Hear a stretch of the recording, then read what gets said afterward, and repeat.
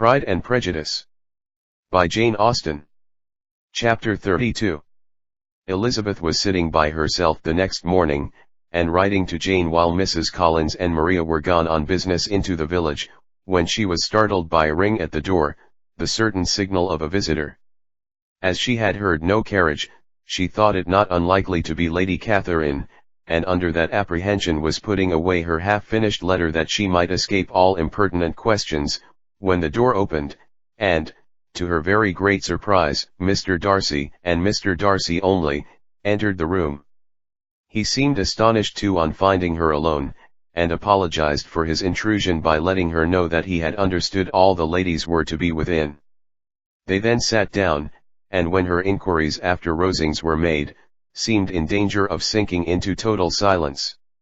It was absolutely necessary, therefore, to think of something, and in this emergence recollecting when she had seen him last in Hertfordshire, and feeling curious to know what he would say on the subject of their hasty departure, she observed, "How very suddenly you all quitted Netherfield last November, Mr. Darcy.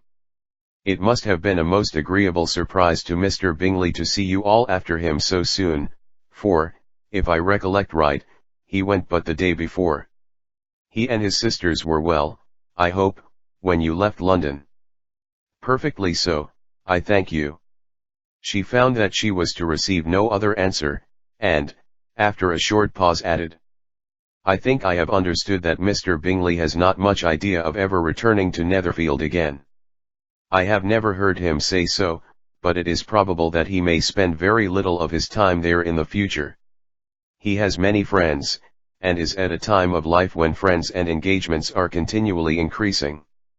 If he means to be but little at Netherfield, it would be better for the neighborhood that he should give up the place entirely, for then we might possibly get a settled family there. But, perhaps, Mr. Bingley did not take the house so much for the convenience of the neighborhood as for his own, and we must expect him to keep it or quit it on the same principle." "I should not be surprised," said Darcy, "if he were to give it up as soon as any eligible purchase offers." Elizabeth made no answer.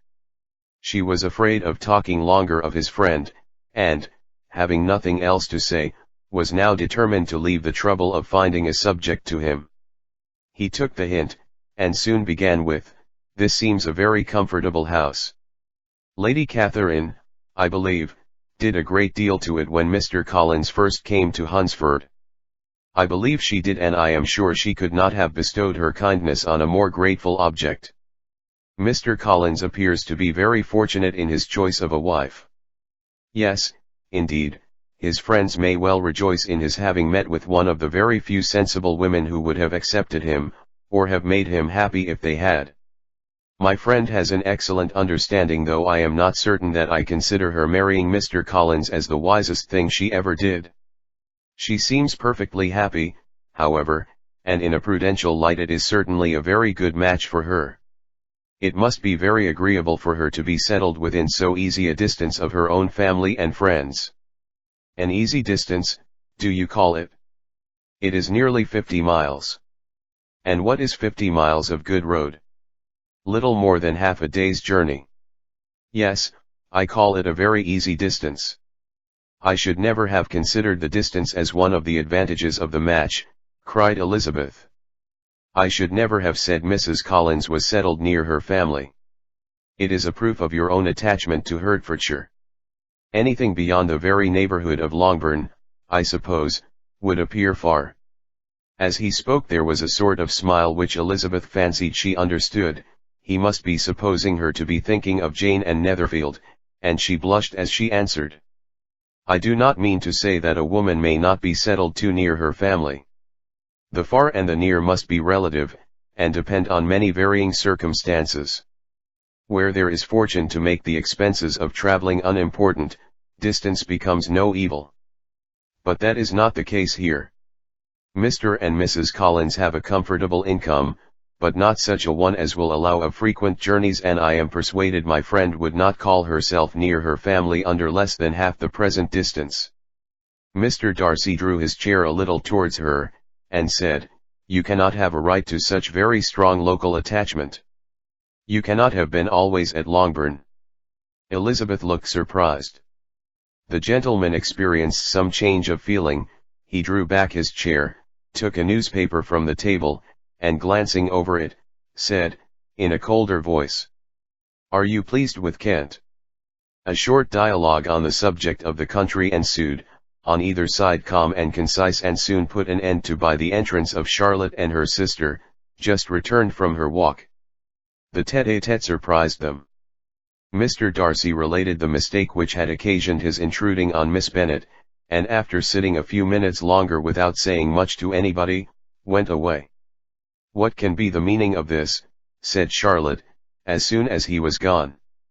"My dear Eliza, he must be in love with you, or he would never have called us in this familiar way."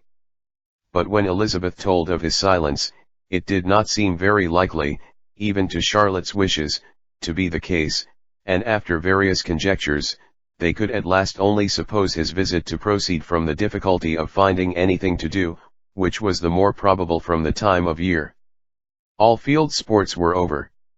Within doors there was Lady Catherine, books, and a billiard table, but gentlemen cannot always be within doors, and in the nearness of the parsonage, or the pleasantness of the walk to it, or of the people who lived in it, the two cousins found a temptation from this period of walking thither almost every day.